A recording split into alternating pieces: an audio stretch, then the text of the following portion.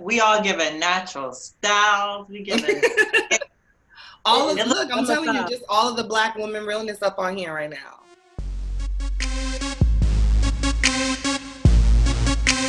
Can we talk? Hey, everybody. It is I, Hope Giselle, Hope Disguise, and I'm coming at you all with a bunch of beautiful ladies, as you all can see. If you are watching this on YouTube and or Patreon, then you are getting an eyeful of amazing Black woman beauty and all that jazz. But if you're just listening to this on the podcast, then you are missing out. I don't want to just stop listening, but I just want you to know that you're missing out if you're just listening to this. So if you in your car, make sure you pull up to the YouTube or the Patreon when you get home, because you want to see all of these melanin queens that are slaying.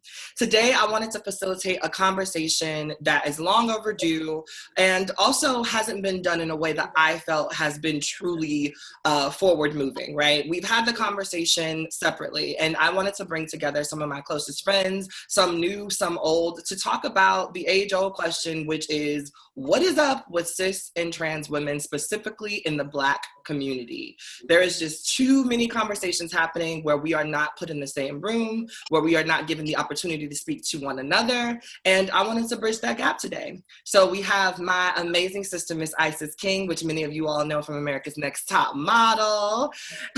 We have my sister, Miss Sally Hines, Miss Entrepreneur Extraordinaire. I mean, I just love her. Her spirit is so awesome and amazing. Then we have my other newfound sister, Miss Carla Stevens. I mean, I can't speak enough about her beauty and the way that she is just out there fighting for a multitude of things. My longtime sister, Miss Chloe Flowers. I just love you to death from college. One of my newer sisters, Miss Daj LaBelle, my favorite mommy in the world. And then we have one of my songstress songbirds, Miss Nina, coming all the way out of the LA by way of NOLA, though. And then last but not least, we have one of my favorite so natural, just natural women in the world, Miss Deanna. Okay, she is the owner of So Natural Hair. If y'all have ever seen me rocking some curly hair that looked like it was mine, but it wasn't mine, it was probably hers.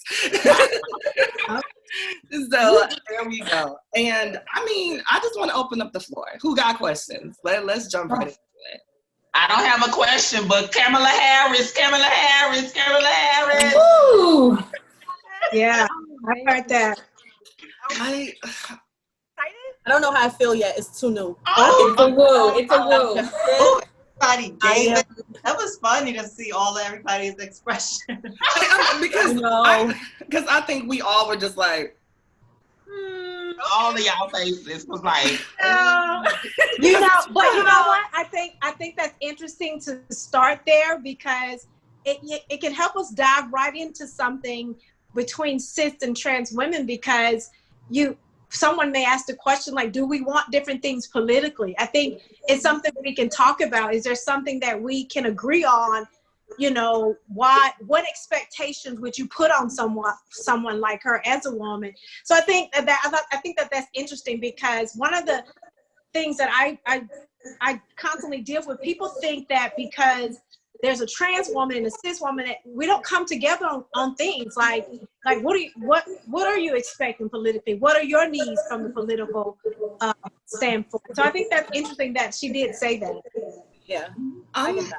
I think for me, I would like to just kind of know, because a lot of the time the argument that we get from a lot of cis women is that your issues are not my issues. We have separate issues. Like, we're not going through the same things. But I think that when it pertains to just women's rights, that is entirely, I think that when you are talking about female reproductive rights and bodily autonomy, that's when we get into like this very separate space. But I think when we're talking about the suffrage of women, period, and especially the suffrage of Black women, there is no separation of church and state there as it pertains to what we need politically. And so there has to be some sort of conversation that's happening around the ways in which, first of all, the ways in which we are championing any Black female politician to stand up for women as a whole, but then the ways in which that we're having conversations about female injustice and women's injustice, period. Because I think if we remove the sort of like turf warfare that trans women are not women, and we just have a conversation about all people who identify in a certain way, we'll find that like, okay, the conversation is real similar and we having some of the same issues all the way around. So I'm sorry. I was going to say, I think I would be probably considered, when it comes to that, a problem child, in that when I think trans women or cis women, which I rarely think opposite, I don't assume that your needs are not mine. And I think that could be a part of the problem too, because there are probably sub needs that may apply to trans women that don't necessarily apply to cis women that you need us to join in on, vice versa. So I think I would be a part of the problem in the sense to think that everything is the same, and that, you know, not to delve into that and really find out like what are the differences, you know. I think most of it is healthcare, right? Like, I think that's where the differences kind of start, stop, and end. Is just healthcare. But when we're talking about maneuvering through the business place, like, a lot of those things are social, right? A lot of the things that do differ when we get into those sort of same like spaces are just the ways in which society has groomed people to sit in their privilege, right? So being in the workplace as a trans woman and feeling like you have to put on makeup and over feminize, or literally having an anxiety attack because, you know, your one good wig that you use to, you know, blend in at work is no longer available to you. And those are things that I feel like cis women have the privilege of not really thinking about. Like, there are some cis women who are just like, oh my God, I can't go nowhere without my hair. But to literally feel like you would be attacked or lose your job if you don't have your hair, I think that that's where the nuances might be, or where they might lie. Because I do think that, Carly, I don't think that it's a problem. But I do think that those are things that cis women overlook, because you don't have to think about that, right? Like, when you know that you're cis, like, okay, I'm having a bad hair day, I don't have my wig, or I forgot to do my contour today, but like, nobody, right? Deanna's like, but like, when you know that you're a cis woman, there's not this thought in the back of your head that like, oh, if I don't look this way today, then I'm going to be disrespected at the office. Or I will say that there is a thought in the back of my head, and honestly, I can never say I know what it feels like to fear losing my job, because someone may, you know, see even just my identification and my gender wrong.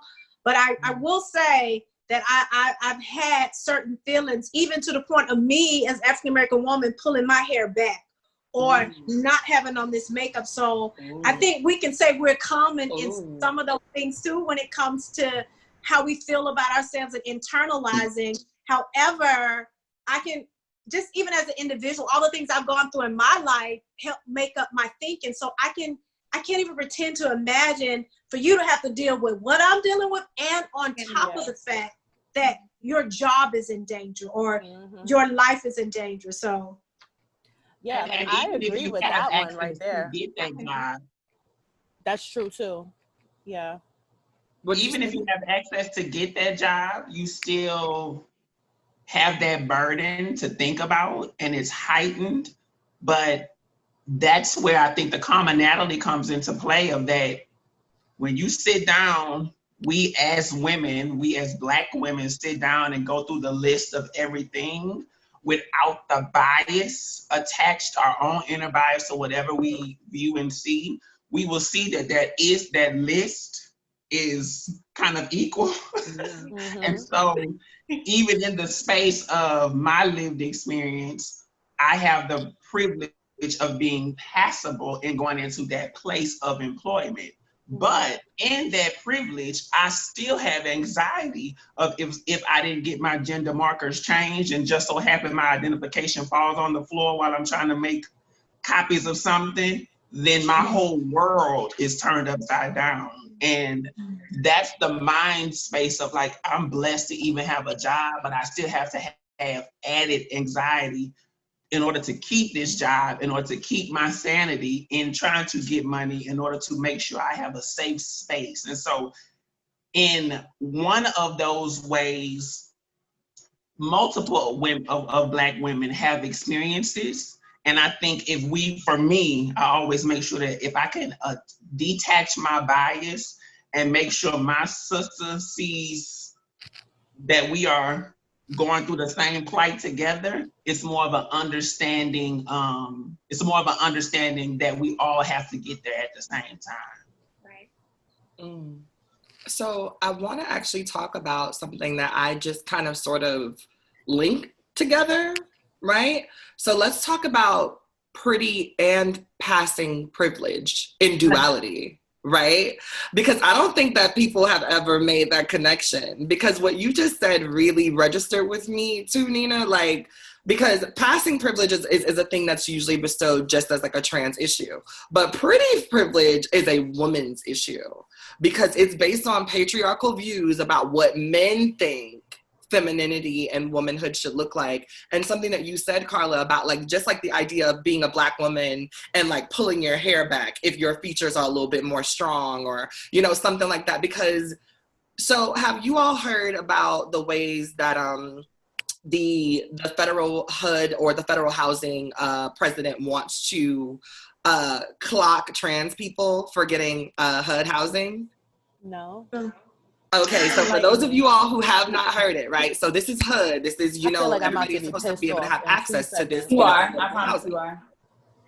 So essentially, they have a list of things to be able to identify trans women specifically. Trans women, not trans men. This list is specifically to identify trans women. And it goes from the size of your hands, her height, whether or not she has an Adam's apple, the width of her shoulder, like a bunch of different like stereotypical things that really just showcase how men are fucking stupid and how pretty privilege, right, outside of passing privilege of trans women, but this idea of what men think is stereotypically pretty and feminine. And I was just like, this is going to be a problem, because what's going to happen is you're going to have a cis woman who is going to come into that housing office. My sister. Yes. You're going to have it. It's going to happen. We can't help you because we know. I'm sorry, ma'am. I see those shoulders. You can't fool me. Not those shoulders. Stupid. No, that's a bunch of bullshit. And you know what? I don't even want to just make that part about men. I feel like people in charge of things in this country, period, are fucking stupid. Like I am literally looking at things, and I'm looking at policies, and I'm looking at the way that people think and the way that people are just going about everyday life in the wake of, you know, COVID-19 or whatever. It's just like, do you people have sense at all? Like, or are you just saying things just for the sake of saying things? Like, let me just put this together, because there are women that are 6'5", naturally born. Like, so what are you going to do with them? And then there are women that are smaller. There are women that are bigger. Like, there are women that have like more quote unquote masculine features, and there are women that don't. Like, I hope you know how I feel about things that don't make sense. I can't wrap my mind around that. What does that happen? Oh, it's probably my earring. Yeah, I kept hitting the earring. Yeah. Oh, It was drumming. I was like, what is that? Wait, I kept wanting to stop you because I'm thinking of someone else. I'm like, we can't hear her, and it's you. You should have. Because when I normally record, I normally do it with headphones on, so like you could be like clearer. But I don't know. We're gonna see. We're gonna see how it works. No, you sound good. Right. Okay. So I want to say this, and hearing what you said in terms of pretty and passable, I will say, just as a basis, this is something that's been here since forever, separatism. I think that we will always have to deal with that because of just how the world is and how human nature is. I think that there are very evil people, though, who will take it to an extreme to always find a way to separate people and just hearing, I mean, that's evil. I didn't hear that and I want to look more into it, but just hearing that is evil. But even listening to the other young lady talking about what's happening with COVID-19, people are always going to look for a way to separate themselves and elevate themselves over someone else, because a lot of times their personalities and their egos depend on that. And it has been an acceptable way in our society for years to keep people down, even women, and just, you know, if we can think back years and years and years ago, women as property. So I think we're going to always have to deal with that, but that's ridiculous, Hope. I just, to hear that's just ridiculous. And when you look back, and when you really, for me, when I look at it, Black people in general are a different type of genetic makeup. Everything about us is big. Our bones are big. Yes. Our genes are big. Everything is big. And so when you really look at it, and then you have to think about who most likely will be in need of HUD. Black people, Black women, Black trans women. So it's all, when you look at the bigger picture of that white fragility, you understand the systems that are set up. So if a Black cis woman goes into this space and gets discriminated against and called trans, what would that do to her psyche if she doesn't have a full understanding of what trans is? And so she might be, hypothetically, she might build an internal bias now because she just got publicly reduced to what she might deem as less than her. Then I might come along and talk to this young lady, and I don't know her hidden trauma of what just happened to her. That'll cause discord between me and her, because I have to protect myself and who I represent, but at the same time, she got disrespected by somebody who's supposed to fully see her. Yeah. And that's the space that is this constant, it was this constant vile stuff that these systems create to keep us disengaged with each other. And if we don't fully sit down and see the bigger picture, we are forever going to be lost. And I think this is the space that we need to keep having these type of conversations, but then understanding the fullness of what it is. And when we go out to these different spaces, that we represent all of us, not just a segmented population. Because what they doing, what that instills in those individuals and gives them power is to discriminate against all Black women. Wow. They already say Black women features are masculine than other races. So I'm gonna disrespect you and call you a man and question if your gender is correct when I'm already trying to find housing and a safe place to stay. I mean, how many other Black celebrities, female celebrities, have we seen that have been called trans? They're stuck. Whether it be from Sierra to Serena Williams, you know what I'm saying? Like, these are women who just happen to have certain features. Mm-hmm. And it's like you said, it's across the board. So there's no way you can just pick out someone based off of what you see, you know? Exactly. It's so crazy. I'm looking at the article now, and you know whose face is on. I don't know if y'all can see his face. It's so crazy. And it says, always, trans women could be identified at homeless shelters by Adam Apple. And it's not just, sounds like they're letting just their employees be the ones to determine their sex based on, oh wow, I can't wait to dig more into this. And just, I'm no celebrity, but let me tell y'all this. I took a picture. I was out on the carpet. I don't know if you guys know Ebony Steele. She actually came to a showing of a show that I was on Bravo, and it made the Shade Room. She and I made the Shade Room. When I say thousands of people were on there calling us trans women, and just the stuff that they said was horrible. And people that I knew, I saw where they were liking the picture and adding it to other people. So it wasn't, I don't feel like it was horrible because you called me trans, because I don't feel like it's horrible because it's not, if I was trans, what are you gonna do about it? But it was the nastiness of what they were saying about it. So it's you know, you're looking at people and And I don't know, like I said, I feel like people want separatism.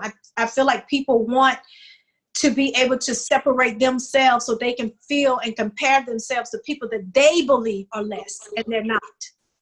I wanna say quickly to piggyback off of what you said.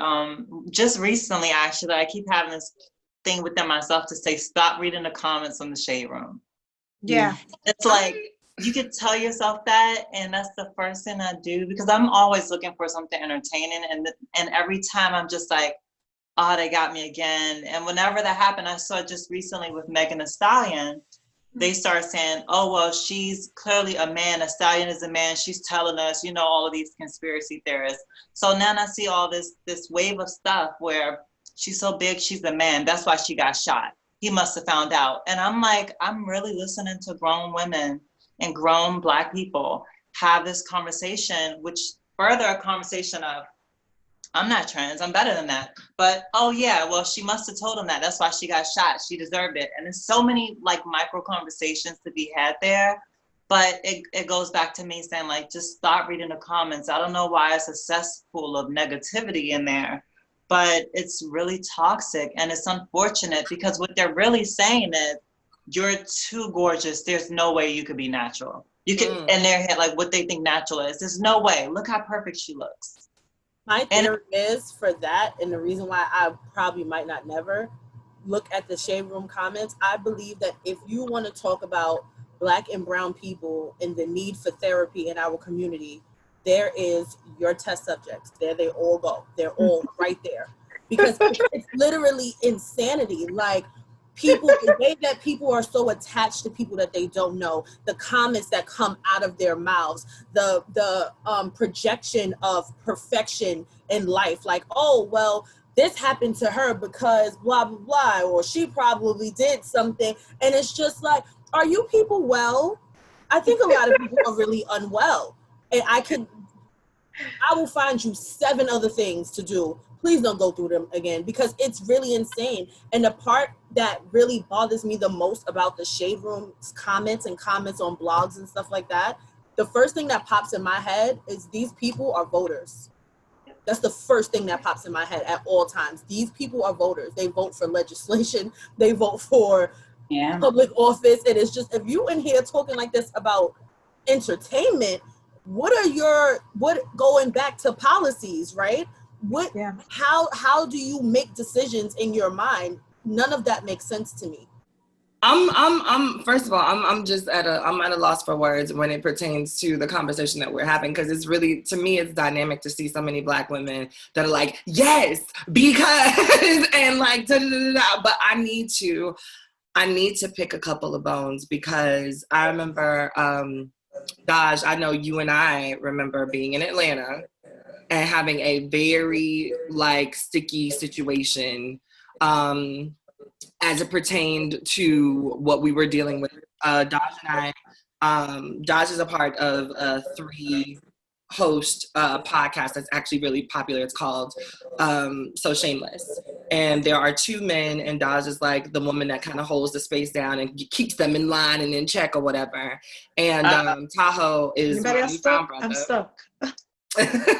I love Tahoe. He's my newfound brother. And Tahoe invited me to speak on trans issues. Now, when Tahoe invited me and Daj had a whole separate conversation that Tahoe knew nothing about, because we were like, okay, so we know how this is going to go, right? Right. And Tahoe was just like, but no, because nobody fucking listens. Right. He didn't listen.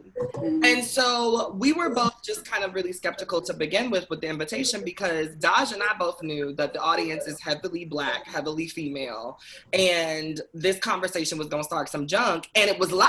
Like, I was in the space. But Tahoe just morphed us into it somehow, and we both agree, like, okay, fine. But Daj like set the playing field early and was just like, look, before we even start talking, this is my girl Hope, and it's not gonna be any of the bullshit, right? But the bullshit ensued anyway. And a lot of it was just due to the fact that a lot of women in the audience, and correct me if I'm wrong, Gosh, because you might have had a different take on it, but a lot of women in the audience felt like I was trying to take something that didn't belong. Like, I felt like what the consensus was just that, like, I was taking up space that I had no right to take up. I was speaking out of turn, and that I didn't have the right to claim womanhood. Right. And it just, we were trying to have a very, like, serious conversation, but a lot of the women, even though I was trying to be very, like, respectful, I guess, in a way, and say, like, you know, these are my opinions, it's just the opinion of one person, you know, I think this is what I feel. A lot of the women were just like, but no, you don't get to feel like that because you're not a woman. No. And No. It was definitely a lot, and I think that because it was live, and what I did mention there was, this is not an open forum discussion. Like, this is a discussion between Hope and I understand, being a cisgender woman, I understand a lot of the things that you guys already feel are going to say, and I will express that the way that I know that I should express it, not the way that you would express it. So as the conversation was going, like, everybody was, like, in their feelings, like, oh no, because because if it's one thing that I don't do, once you're mine, you're mine, and Hope is mine. So you're not gonna sit here and try to play my homegirl. So what we're not gonna do is any of that. So what happened was, I had to go to the bathroom, and I left the stage for a minute. And when I came back, all hell broke. And I was just like, what the fuck? So it's me, it's Hope, it's two dudes. They're, like, kind of confused and trying to, like, diffuse, but you can't diffuse Black women the way we can. And Hope is, like, visibly upset, and I'm back like, whose ass do I have to beat in my own audience today? Because that's not what we are about to do. I did not like it, even though I understood where some of the women were coming from, but it was not the right tone. It wasn't the right anything. And that's why you're not on this stage. So I would have liked for everybody to shut up, but here we are. But Hope and I had a great conversation prior to that, because I told Hope originally, and as it comes for me, in my relationship to the LGBTQIA plus all other things, right, to the community, I know a lot of trans men, right? I know a lot of gay women. I know a lot of gay men. I had never had any one-on-one experiences with a trans woman before Hope.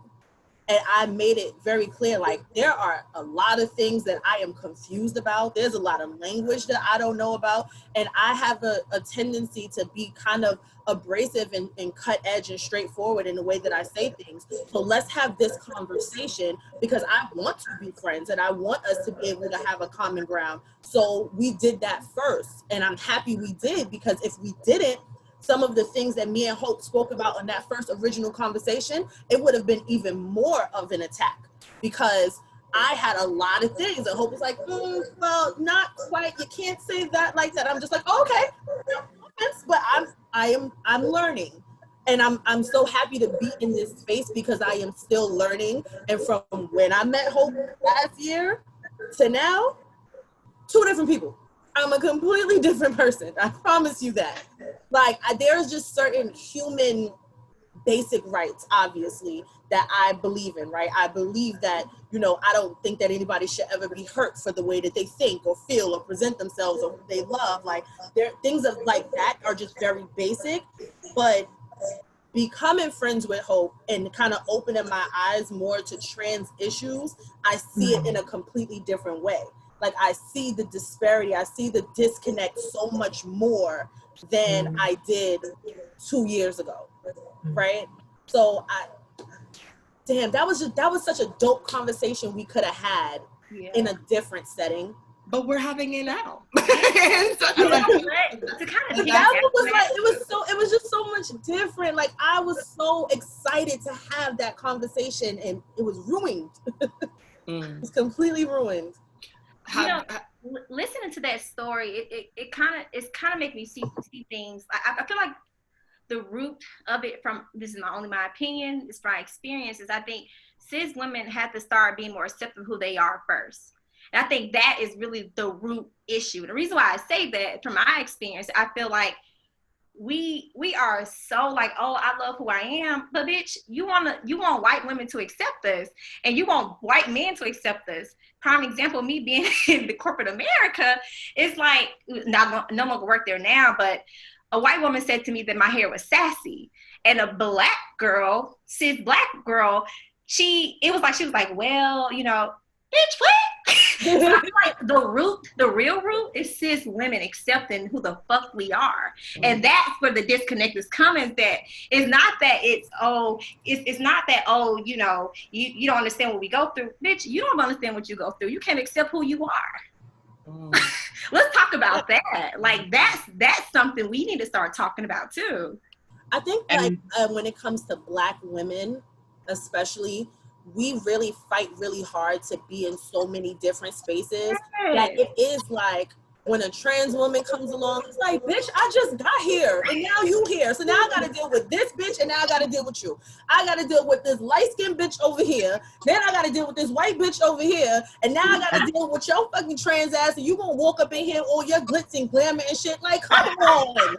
Like, and that's really what it is. And like that, and it all goes back to the fact that you're not okay, you're not good within yourself, that you feel like you have to compete with every woman in the room, regardless of how that woman got to be there. Like, a bitch like me, I'm just gonna walk in, and either you're gonna accept me or you're not gonna accept me. You're gonna take me for who I am or you're not. But it took me a very, very long time to get there, to be a Black, dark-skinned girl from the hood that wore glasses and all of the things, and it was just that my hair wasn't long enough, 4C, all of that shit, and like, oh, with an African name on top of all of that, Black, burnt, bitch, African, booty scratcher, all of the things that you grow up with knowing, and then you walk in a room, and like, it's so much, but it starts for me, it starts with therapy. There's not a day I do not talk about it. It starts with therapy and becoming one within yourself. So when you walk in the room, there is no competition in that room. Like, hey, sis. Yeah, hey. Hey, Black girl. I love to see 2 Black girls in a room full of non. Like, hey, come here, come sit next to me. But it takes a while to get to that point.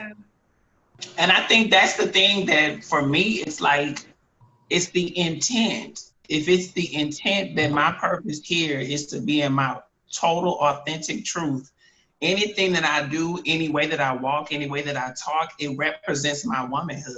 And so without me telling that person that I'm trans or giving further in my truth, they gonna live in that experience of knowing they just experienced a Black woman. And so that's the thing that I hold near and dear to my heart, is like, anytime anyone experiences me, I have to know that they gonna lead with that experience. They're like, yo, that's a cool Black woman. Like, oh, that's a cool woman.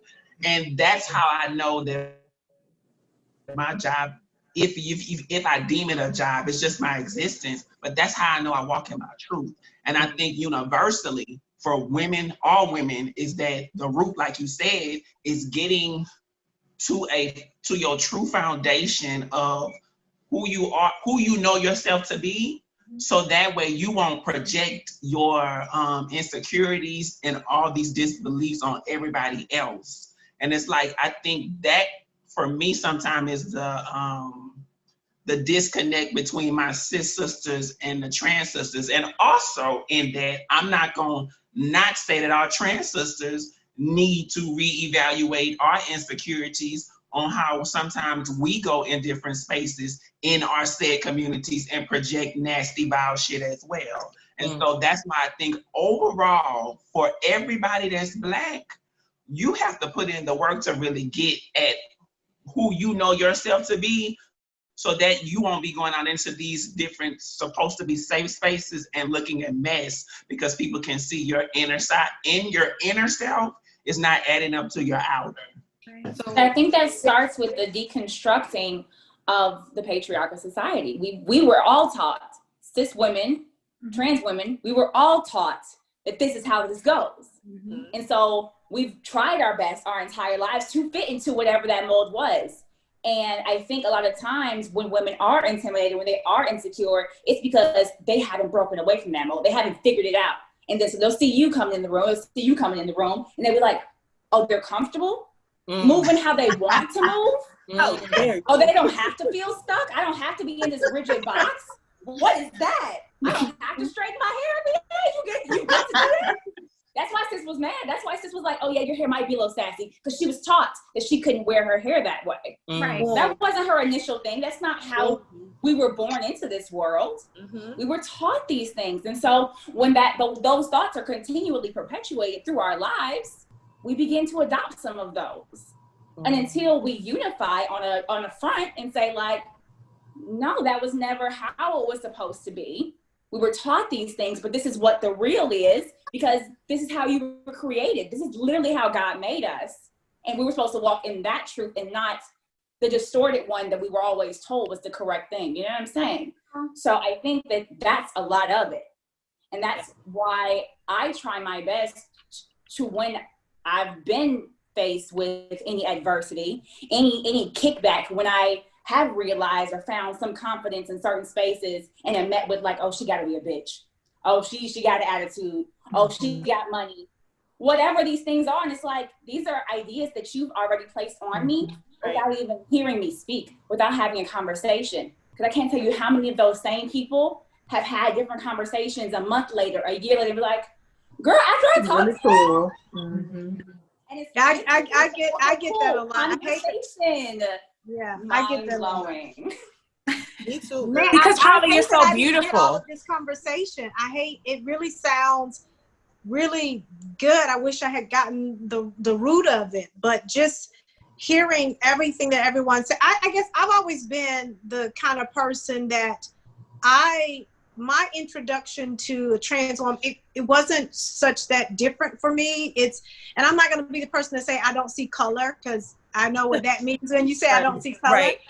But I guess who I've been as a woman and all the things that I was going through, if I thought anything, it's like, I think, Hope, you and I talked about this before, who signs up for this on purpose to be a Black woman today, going through all the things that we have to go through? So I didn't necessarily go negative. I know that this is different, but the thing that I think about is that, and then I think when I was meeting and got into relationships with other trans women, it was just on a whole nother level. It was more heart and compelling and wanting to help this person in that situation. But I think that, you know, I mean, everything everybody is saying is so true. It's the only friction that I've ever had in a situation. It wasn't even so much so, this was a person that was either transitioning, wasn't sure they were trans, or they wanted to be gay, when you talk about sexuality versus gender. Right. And the thing that used to rub me in a way, and I think it would rub me whoever it was, because I would hear it a lot, is that being a woman, and every time I was around this person and then the people that they were around, it just seems like they all had the same comment of that either I can take your man, or either that your man, you don't know your man. It was always this assumption that the man that I was with wasn't straight or something.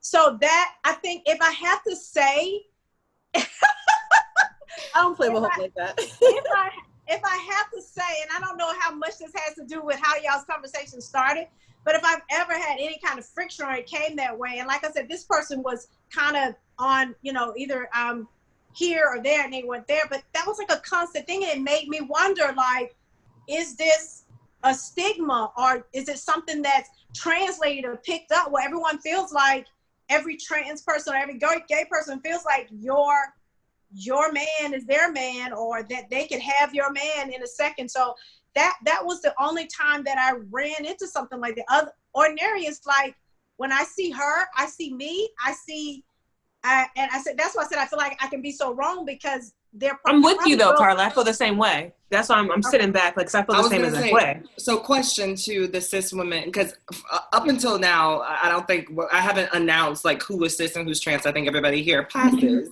Right. Everybody, I'm like, what? Right. And like in the corner, they like, oh, I know that natural one in the corner is trans. but so of the cis women here, how many of you have had an experience where that's been the narrative outside of Carla? Well, I'm the other cis woman in the group. No. I'm joking. No, but it's real. Haven't. I do want to speak on this, but I haven't had that happen to me per se. But what I do realize is, and I don't know if this is a New York thing or if this is like across the board, when you talk about segregation, I was never around trans women. And within being that, like my best friend from high school was a gay man, and a gay man addicted to ballroom. So at 16, I'm at the pier, I'm outside with him. I went to my first latex ball at 17 years old. So I've been around, but I've always been around gay men, always gay men or lesbian women. And I found myself in a lesbian gang once, but that's another story for another day. Excuse me? That's a whole conversation. They don't even invite me to that conversation. Yo, I love her. As a full-grown adult, I'm just like, how the fuck did I do that? But anyway, I literally, like, I just did not have that experience. And I had the experience of, you know, AG women transitioning. So now I know a lot of trans men. But I have heard things like that. There's a thing. I've heard it, but I've never personally seen it because I was never around trans women. Like even within being in the village, I swear, I think that trans women were on a whole nother deck of the pier than I was. I don't know. I don't know. I had one go as far as to DM me about my man. Okay. So and it's not that I haven't had, you know, that happened before in a sense, but let's go back to initially I thought they were my friend. I thought we were friends. So before you make that, 1 second, Carla, before you make that point, I want to hear what Isis had to say to your initial point. Yeah, Isis, okay. What did you have to say? You threw me off now. I'm sorry. No, not you, Carla. It's just like thinking like I'm gonna listen to you. Y'all know I'm a little special right now. No. I will say that I think to that part, what we just talked about a few minutes ago about Black women being able to be confident in their own skin so they can enter into spaces they want to feel comfortably in. I think it's the same thing. I think how can a trans woman, you know, we're considered the bottom of the bottom.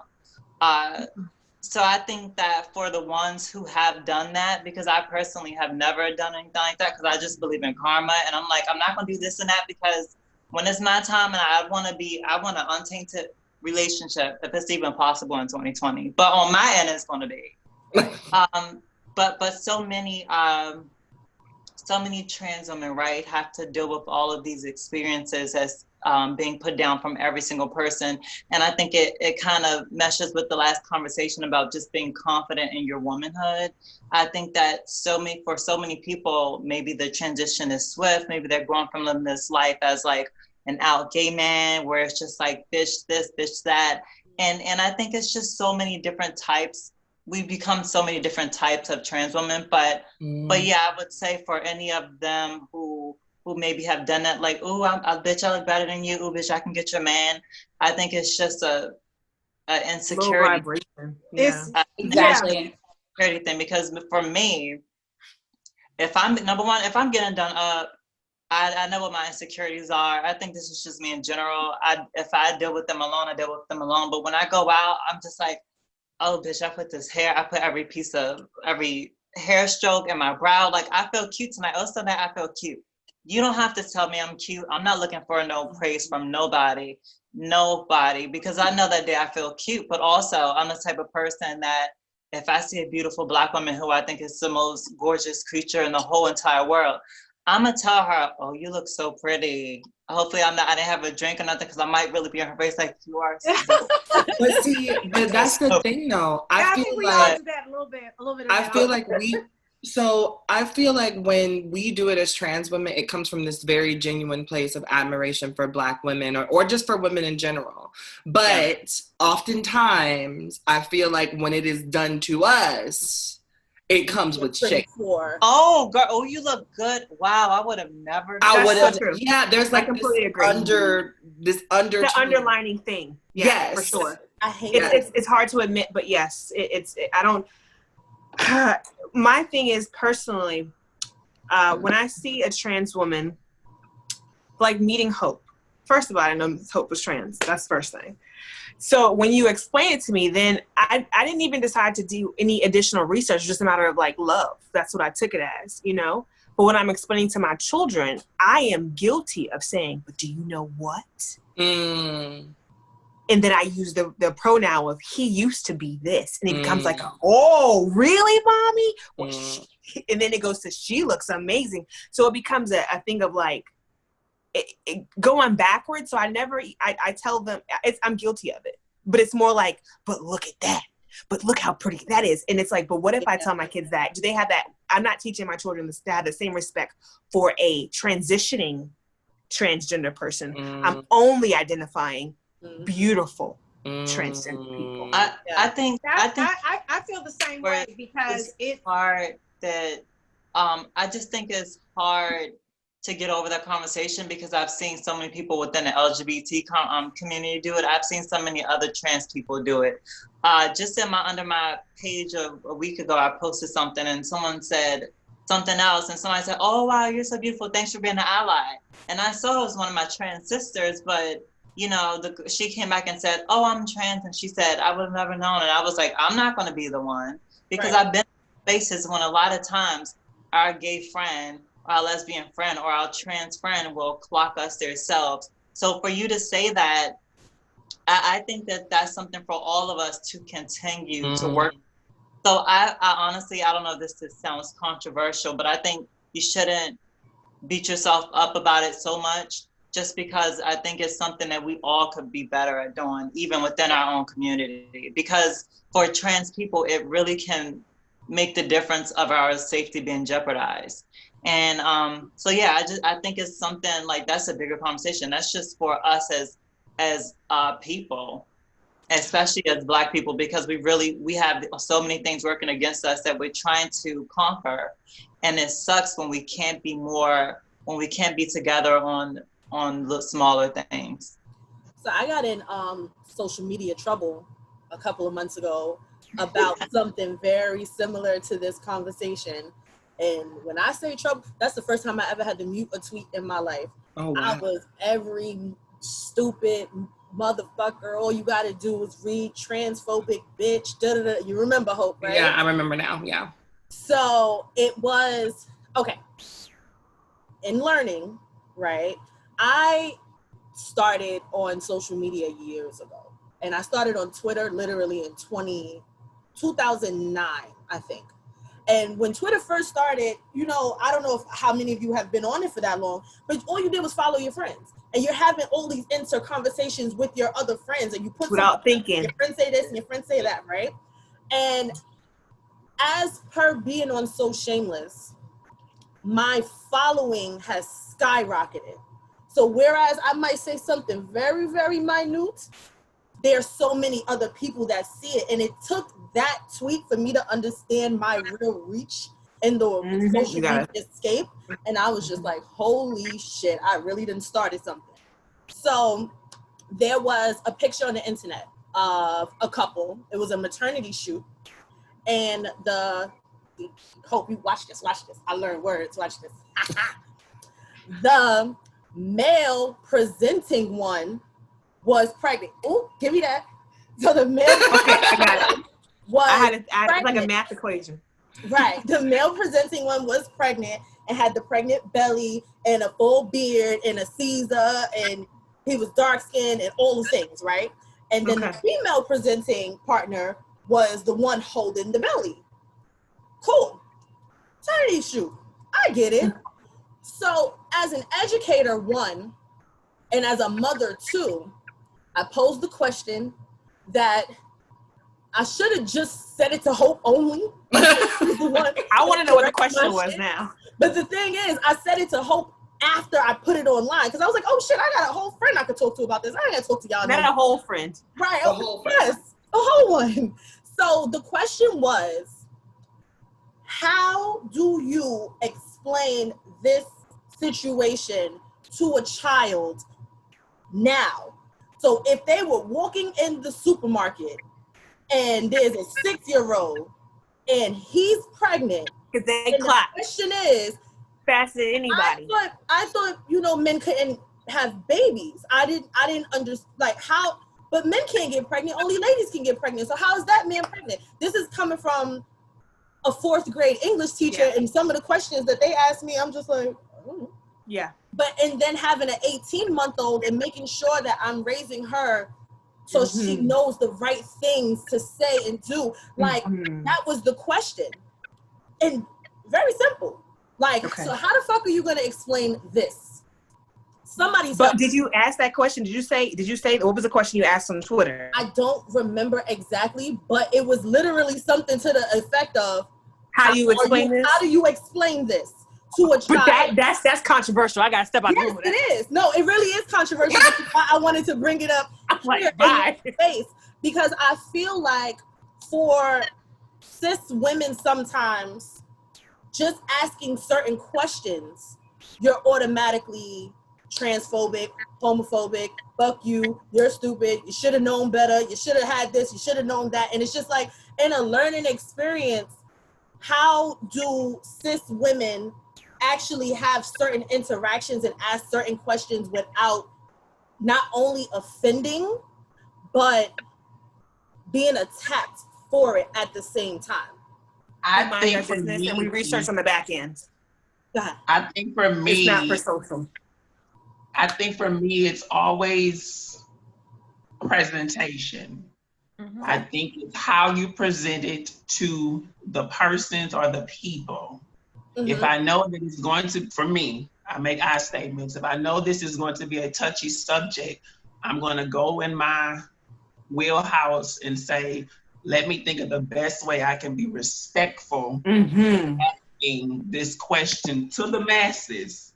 Because if I don't do that, that leaves a wide gray area of people might perceive the way you asked that question as though you were being a shady. And so if the people live in this social media space, they'll say, oh, well, how can it be? Girl, you know it's not supposed to be, because you know they fake anyway. So that's going to throw through the list. But if you, and at that time you wasn't privy to that level of understanding, would say, this is a transgender couple who is having a baby, not in the traditional way, but respectfully, they are bringing a child into this world.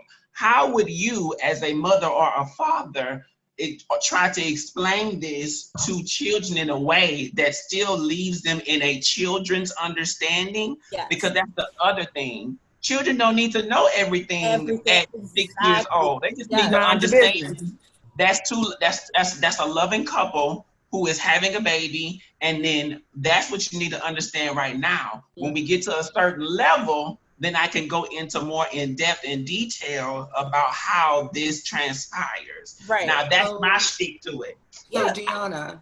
Yes. Yeah.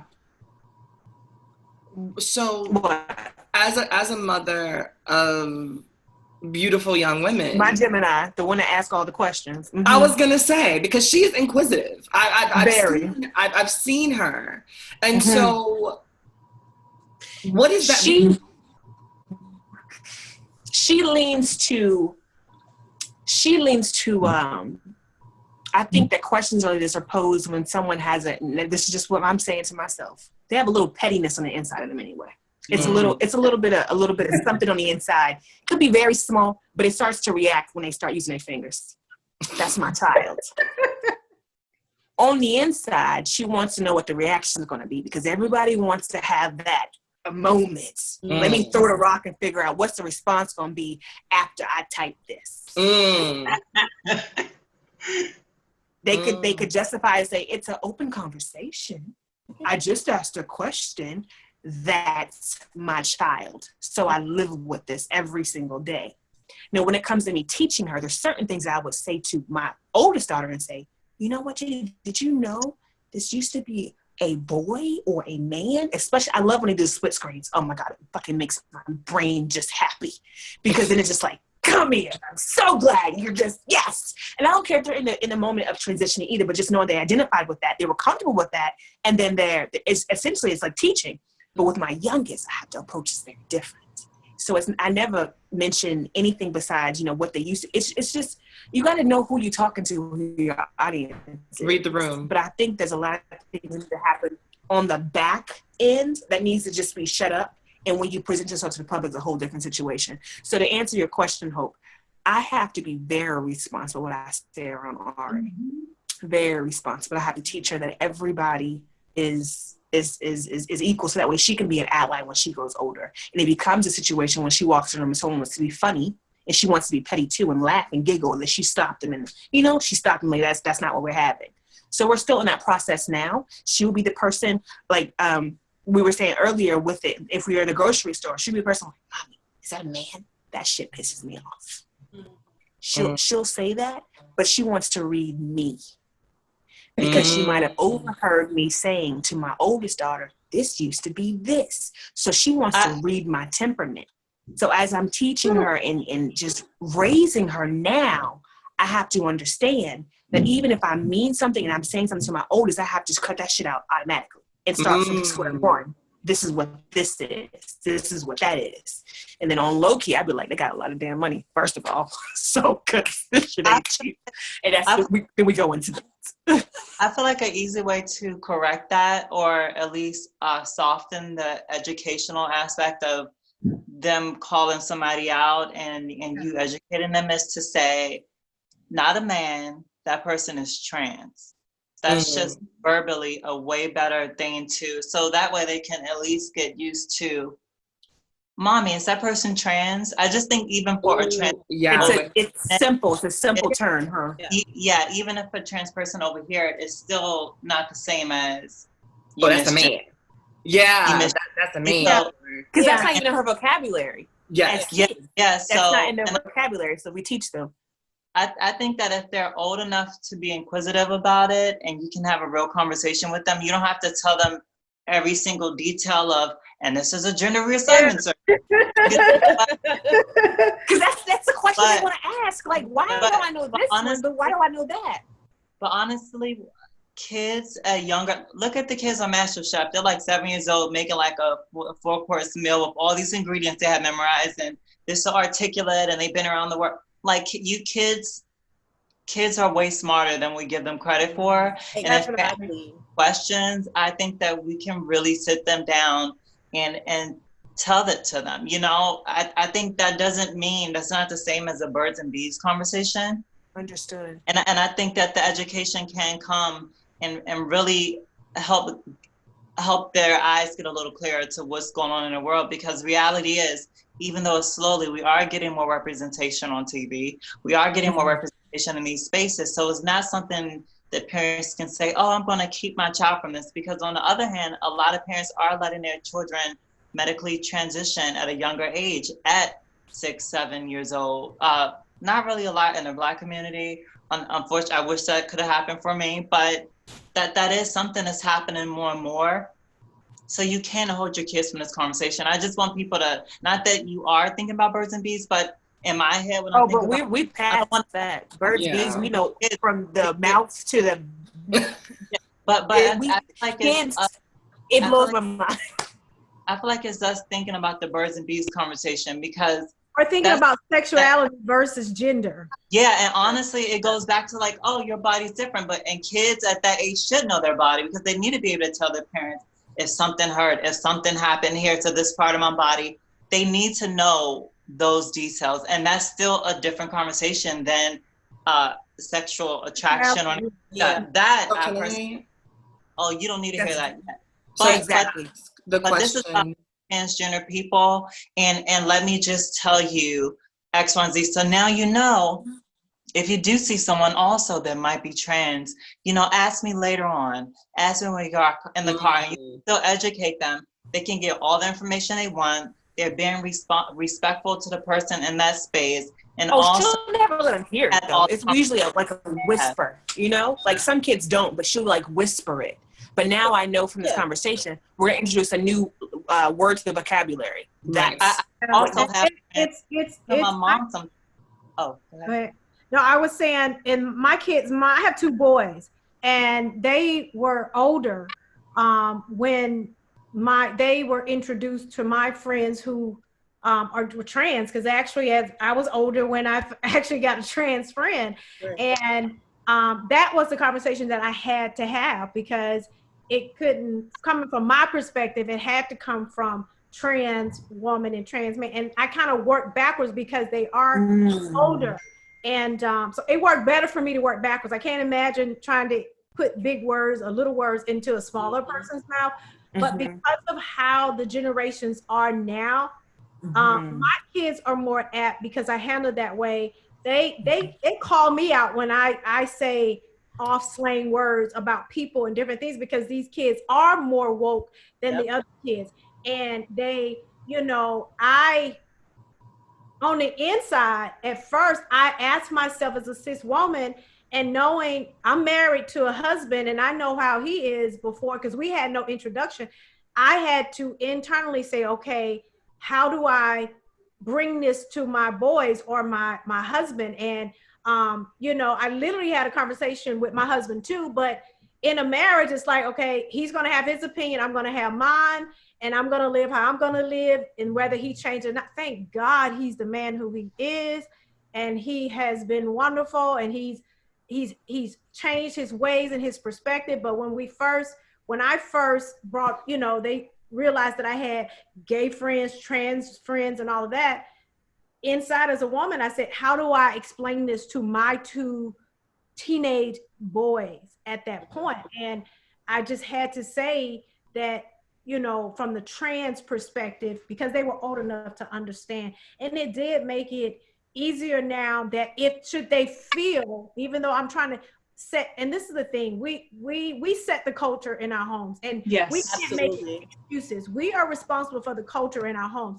And so in order to set the culture in my home, at that point, it's certain things that we have to do. So we use the right words, and that became important to me, because as a cis woman, you are, or just people in general, you're sensitive, because you don't want to say the wrong thing. I never wanted my children to be in a room with me, my friends, and say something crazy, and that I have to tell them, shh, be quiet. So we are woke enough to learn how to properly address people how they want to be addressed. Right. Because your kids will embarrass you if you're not doing the right thing at home. They're gonna embarrass you one way or another. They will. You know what? Because you said this. I was gonna say, Sally, do you have something to say? Because I definitely need to ask Carla a question as a mother to boys. So, but Sally, go ahead. I do. So what about the kids, and I'm talking about, this is my experience, the kids that were taught through television. So my first time being introduced to this was through television, through movies. And so how I viewed it was from an ignorant perspective. So it took me, all right. So like, kind of like D, I'm calling you D, girl, because you're my homegirl. We known each other another life. I'm calling you D. But like, same thing with D. Like, I grew up around lesbians, and I was all around gay men. Yeah. So when it came to the trans aspect of it all, I was getting that knowledge through television, and from television, it was seen as a joke, ugly. It was no respect there. So even though I respected those that I knew that was like going through that process, I was still ignorant to it. It was just when I was living in New York when I had to understand pronouns. So like, I get it as far as like, you set the culture at home, but what about those individuals who had to get the culture set through television? Because I'm that person. You know what I'm saying? Everything that I know, everything that I was taught, it came from films, movies, or it came from individuals I was around. And there are kids and children and people that's grown up now that's like that today, because technology is so wide. Everything is on this cute little thing right here, and they're learning from that type of stuff. But see, that's the thing. And my boy, they still are. I mean, to be honest, but it does go back to, obviously we're all individual, and everyone's home is different. And even prior to me introducing someone to them, they went to school with kids. I don't think they had anyone trans in the school just yet then when this happened, but they were in school. And a couple guys were interested in my boys, and we went through that transition. So it wasn't that they were completely oblivious. I just had to set a culture that that they could use to come back, because I'm sure they went off and went somewhere else. And I don't know every conversation they have, but I'd like to believe that I put enough into them that they will be the ones to stand up and say, hey, that's not the right way to do that. But you're right, because what you're saying is why this conversation is important, and why people like Hope and all of the ladies on here fighting, because if we don't change in television, we don't change in music, if we don't change what people see about trans people, and then Black women in general, we are all going to suffer. Yeah. We were talking about the shade room earlier, and I wanted to say so bad, it's not just it is indicative of how Black women are seen, whether you're a Black trans woman or a Black cis woman. So you're right, and I understand where you're coming from, because TV and music shapes the narratives and the mindset of people in America. There's someone over in China right now, or Italy right now, that think Black women are angry because of it. I understand what you're saying, but to that, this is what I'll say to any woman that's having a family or trying to shape family. I believe women are queens, and we sit on a throne. We have a throne in our household. I believe that no matter what, we have to maintain control over that throne. We shape the culture. If I want my family to feel like they're eating at a 5-star restaurant, I make sure the culture is there. If I want them to feel like we on a vacation at the beach, I set the culture. So you can set the same culture in your home. I'm not talking about yours, I'm talking if you have kids now. Yeah.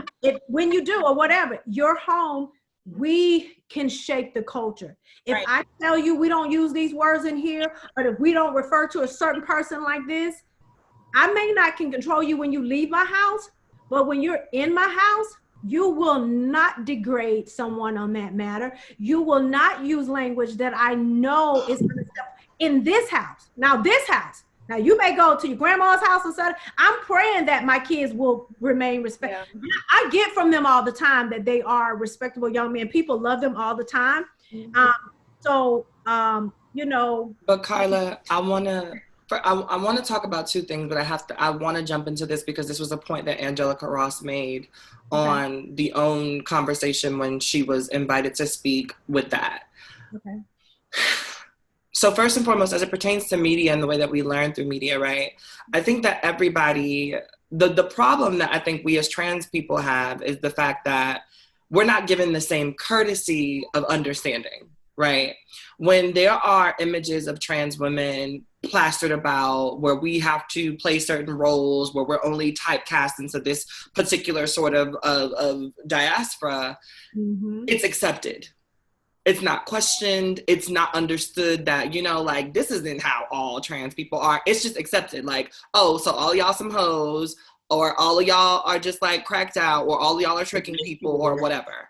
But as it pertains to any other demographic of people, it's like, that's racist. All Asian people aren't like that. Or, that don't be sexist. That all women are not loud. But when it comes to trans people, it's just willingly accepted. The narrative around who we are is willingly accepted, even though people have examples of the Isises, of the Ninas, of the Hopes, of the Janets, of the Lavernes. Like, people know that not all trans women are out here just prostituting, selling it, bending it over, busting it wide, but people are still more apt and willing to accept that, that imagery as the truth, right?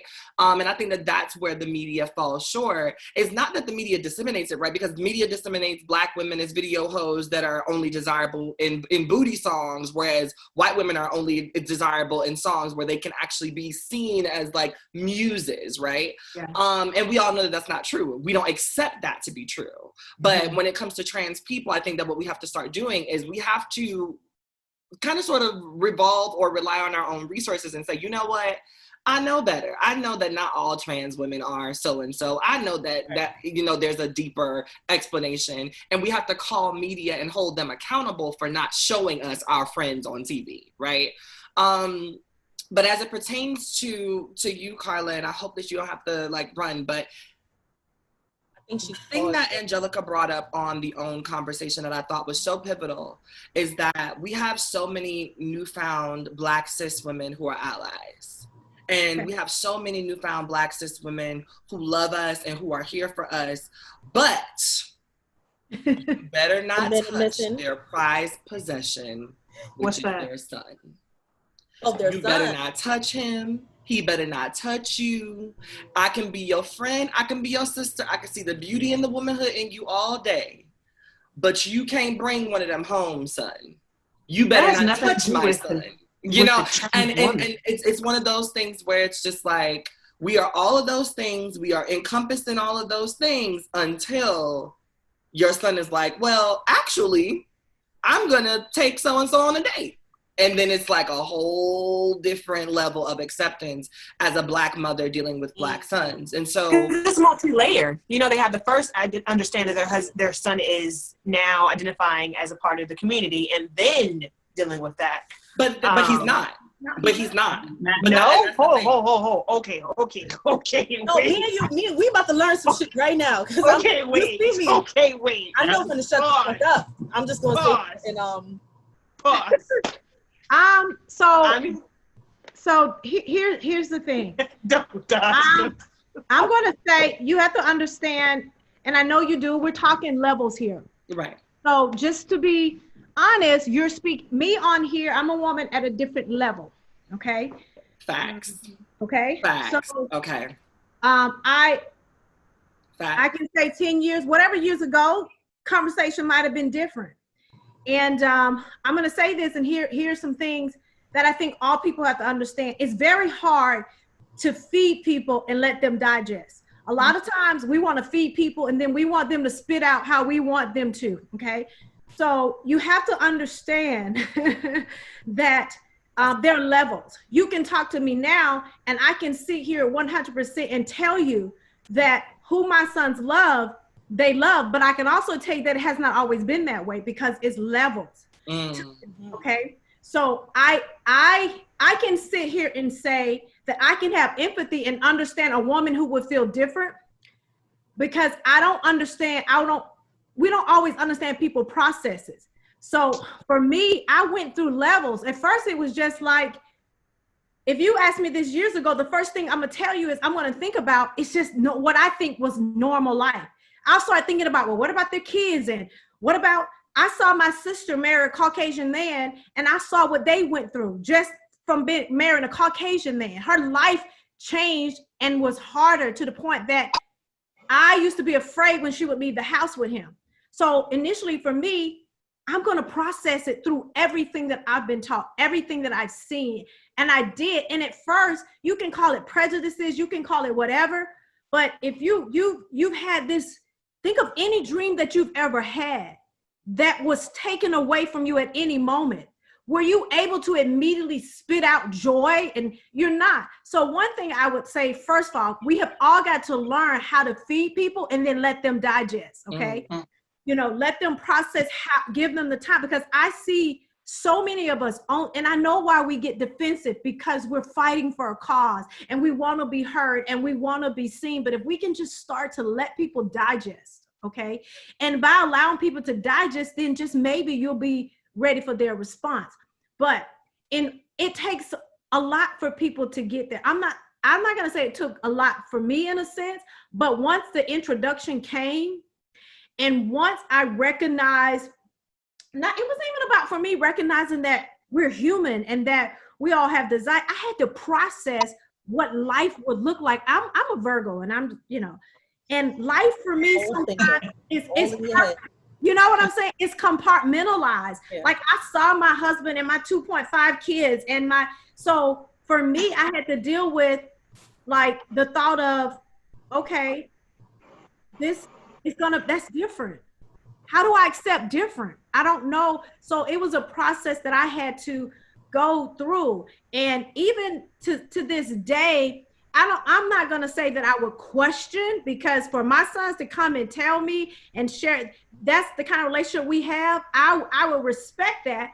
And I will still would say, well, I would probably ask, well, have y'all thought about the kids? How are you going to have kids? I will still ask natural mother questions, but it wouldn't be questions that I wouldn't ask him kind of otherwise, I guess, in a sense. But it's, you know, I'm hoping that I'm giving you an answer because I'm coming from a different level. But I can tell you. I'm sorry. I just caught a glimpse of Deanna's face. Which time? Deanna was down there just collecting all of the gems that you were dropping, just like. I just wanted her to spit it to me like plain. Because sometimes when people are used to speaking to audiences, I need everything broken down. Like, give it to me raw. We forward or no. I wish I was speaking to audience. Are you speaking that in existence for me? I receive it. Are you serious? I thought you, girl, please. I said everywhere, all over you. Are you kidding? I receive it. I receive it. That I'm going getting. That's my angle to get back into that. Yes. But in terms of it, in terms of speaking to you raw, then what I would say, what's the raw question that's coming to your head? So go ahead. Mm-hmm. My raw question is, if a son were to bring home a trans woman, what would be your question? And you said there's different layers. Okay, so my question, aside from just what would you think? Is this accepted? Is this? But well, in my case, we've already had certain conversations. So if my sons brought home a trans woman or whoever, I'm gonna ask the same question that I asked him when he introduced the I think she's Polish. Right. It like how y'all meet? What happened? Kind of like, and I'm not saying it. To some people, at some point, it wouldn't have been the same thing to me. Okay. So, but now because anything that's different from me as an African American woman, it's different. So I'm going to have a question because I know how he was raised and what was put in him. I'm going to ask those questions. Right now, I would be just like I mean, it would be the same now. Now, if he had questions because of where our relationship is and he's seen me and he's seen my transference, he would probably come to me, but it wasn't always that way because his father raised them differently in a sense. Not only did he teach my boys to look for and marry African-American women like me, which now that's every trans woman, okay, that look like me, act like me, come on. So, you know, that you know what I'm saying? It's, you know, we are beautiful. You know what I'm saying? A chocolate girl or whatever's beautiful. He taught them that, let alone taught them that, you know, that they are straight, heterosexual men. So we had to deal with that because one of my sons, oh God, hope he don't, I won't say which one, but when we come to sexuality, now you're talking about sexuality, we had to deal with that, have a tough conversation because he went through a really rough time. So during that time, I found out, guess what? This love, this is what I'm talking about when you, listen, and I'm about to get emotional because when you love somebody, even if it feels like it's breaking you and it take you down to the point, when you love somebody, that love is strong enough in time, it'll build you back up. And it got to the point where I said, I love this kid. And I'd be damned if I'm going to let a decision or a choice or desire or love separate me. What's going to separate me from loving this child? And I'm just determined nothing. So first of all, as a parent, you have to be predetermined before you even deal with your child's sexuality or before you even deal with who he brings home. You got to be predetermined. That's my child, and nothing is going to separate me from that child realistically. Now, I'm not talking about, we all go through processes. It's a process. If he brought home, like I said, I had to go through a process when he introduced to the Polish girl. She got on a family Zoom call and I was so embarrassed because I didn't know how to handle it because my family is like good times family and they were scared, you know what I'm saying? The girl was so scared to be on the phone with us, so we would go through it. And as a mom and being quote unquote woke, I can tell you I would ask certain questions, but from the standpoint of, do you understand, like them together, it'll be about I'm thinking, what y'all gonna go through? I'm like, Lord, don't let nobody attack my son because he loves this woman. Or, you know, from that standpoint. But I do recognize that there are people who were me years ago when I had to go through stuff. And I acknowledge that. That's why I said what I said at first. I respect people who are in their processes. Now, I'm not going to respect and continue to appease you if you're going to stay in your bigotry, if you're going to stay in your racism, if you're going to stay complicit. That's something different. But I can respect that you have a process, because whether you accept me or accept who my child loves or not, now this when you get into behavior. Behavior is everything, because you don't have to believe how I believe. But we don't have to behave like asses and treat people like they're less than anything. We'll have some fucking respect. Exactly. Exactly. Exactly. I have very low tolerance for people that don't have, when it's the process take too long, then I'm ready to fight. So I don't blame you. And I'm just saying, at the same time though, you have to understand that people do have a process. We all come from different things. We all my mother damn near got slapped, birth or not, because my sister is gay and she's married to a woman. And we have told this, I love my mother dearly. We've told her, we're going to bring her down. We're not going to ostracize her. But my mother wanted to act a pure ass. After a while, the processing of anything, I don't care if it took you 2 weeks. If the level of respect's not there, I just cut you off. So I just... That's the choice you have to make. That's the choice. This is where I'm at. That's because the level of ignorance is a whole lot more than just understanding that people need their time. Yeah, that's it's at the detriment of someone else. It's about processing, and then if you just like you said, if you get to the point, why would you continue to put yourself around someone that's abusing you? And I'm not saying take up with that, but I've met too many people who, if you don't believe the way they believe right then, or think the way they think, they automatically, they want to curse you out. They want to fuss and fight about it. I'm talking about that. Don't get mad at me because I don't believe at the same rate that you believe or see things the way you do. Now, if it's somebody that you're in my life and we're tight, we're gonna tough it out. You're gonna have to deal with me. I'm gonna have to deal with you. But that's the thing, though. I'd rather step away. Right. Because what happens? And I respect that. What happens when I can't? What happens when I don't have the capacity in that moment, right? To be anything other and to do anything other than return the energy that you're giving me. And I think that's what happens that's when we get into those conversations, and that's when the videos go viral of the trans woman versus the cis woman, because sometimes there's an energy that is just brought into the space that got to be returned. It's like, no, you came at me on some crazy shit, so I came at you on some crazy shit. And what I find a lot of the times, and I think that this is going to be the controversial portion of the conversation, is that as trans women, a lot of the time, we be minding our own motherfucking business. Trans women, a lot of the time, we be minding our own motherfucking business, maneuvering life the best way that we know how, low key, most of the time, trying to make it through the city with your head down, unnoticed, right?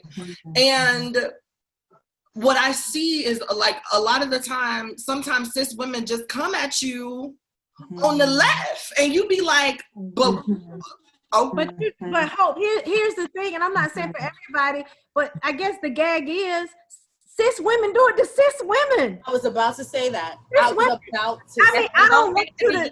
We gotta deal with our own stuff. That's it. Like cis women do it to cis women. The thing is, you're not describing behavior that is significant only to cis to trans behavior. Right. It says 9 times but out of the core of it is different, though. So cis is different. Let's not confuse. Let's not confuse. See, this is the problem. You can't confuse what we're talking about. What I'm saying is, cis women coming at you or whatever. Cis women come at everybody all the time. A lot of stuff. Don't ignore the fact. You can't separate that fact. Now, the core or the basis or the reason why they're coming at you, yes, may be different. Yes, and Hope maybe repercussions, Carla, and that's what I think that we're talking about. Yes. Repercussions. Now we're talking about repercussions. See, you can't insinuate that that's what I understood. Now, okay, when you're talking repercussions, there are repercussions to everything. If you're saying, you're saying that, like, help me understand. Go ahead. Yeah. Go ahead. No, I just like what Carla is saying, because I feel like it was two different conversations happening. So I think like you guys were talking about something and Carla was explaining something else, and I'm just following both, and I'm like, wait, you're responding to something that Carla, I don't think she realized she was talking about. Yeah. Right. So what you laid out you laid out a really great framework, Carla, about the idea that it does happen. But I think that that's where we get into the nuance of when I say that because I recognize that women are catty to women, period. It doesn't matter whether you're trans, cis, or indifferent. But the problem for me is that when women are catty to trans women, the results are usually different. Women can be catty to women. Women can be catty to women all day, every day. Two cis women can get into an argument at the Piggly Wiggly, and it was just two cis women that got into an argument at the Piggly Wiggly. Trans women and a cis woman get into an argument at the Piggly Wiggly, and then what happens is that cis men use that as an opportunity to then turn it into an Ayana Dior situation. Because let's be very clear, Ayana was in an altercation with a woman whose car she hit. And the woman was trying to get the money from Ayana. Those men that jumped her. How do you get money anyway? Didn't he just get, like, they ain't in an insurance situation? It was my thing, but this is what I'm talking about when you have when a cis woman and a trans woman get into, and let's be very clear, this was a grown ass woman going up against a little girl, like, period. But these are the differences and the nuances that I'm talking about when we're talking about the ways in which that's totally different. And it is, but this is the conversation that we need to have, because like you said, Carla, and I'm so happy that you're saying, is that you're on a different level. And that's why I have the women that I have here, because I want people to see this different level and understand that this is where you need to be on the Carla level. I'm not there yet. You should ascribe to the Dodge level. You should ascribe to the Chloe level. And also, like you said before, is acknowledging when you are not there. And a lot of people can't acknowledge when they're not there. They want to say like, oh, I'm good, I'm straight, I don't have no problems. But really, you haven't done that work and you do have problems. And those problems cause trans women to die. Honestly, even where I am, it may be that I haven't come upon anything that might be a problem. That's why it's different levels. My environment. Do I work? Like, it's so many factors. But the thing is, at the core of all of us is a human being in a heart. And to separate, I feel like if someone, in the way that people act and the things that I've heard and how they treat trans women, it's because they are evil and ugly anyway. And they, even though they may be doing it more to a person that they think is less than them because it's probably easy, that does not make them any less evil than they are. Pure evil to treat anyone like. So I understand your conversation now, and yes, I can have that conversation, because there are specific people who set out to be ugly and to trans women specifically because they think that they're less than them, or they think that they're better, or they don't see them as human beings. 1 second. So Daj, you wanted to say something? Yeah, I am trying to understand you said like the response is different and the repercussions are different when, you know, a cis woman and a trans woman have a certain type of interaction. Like, do you have like an example of what that is? So that's what I was saying. The Ayana Dior situation is a prime example of that happening. So first of all, and I think that it's a really good example because it also shows the escalation that happens that would not have happened.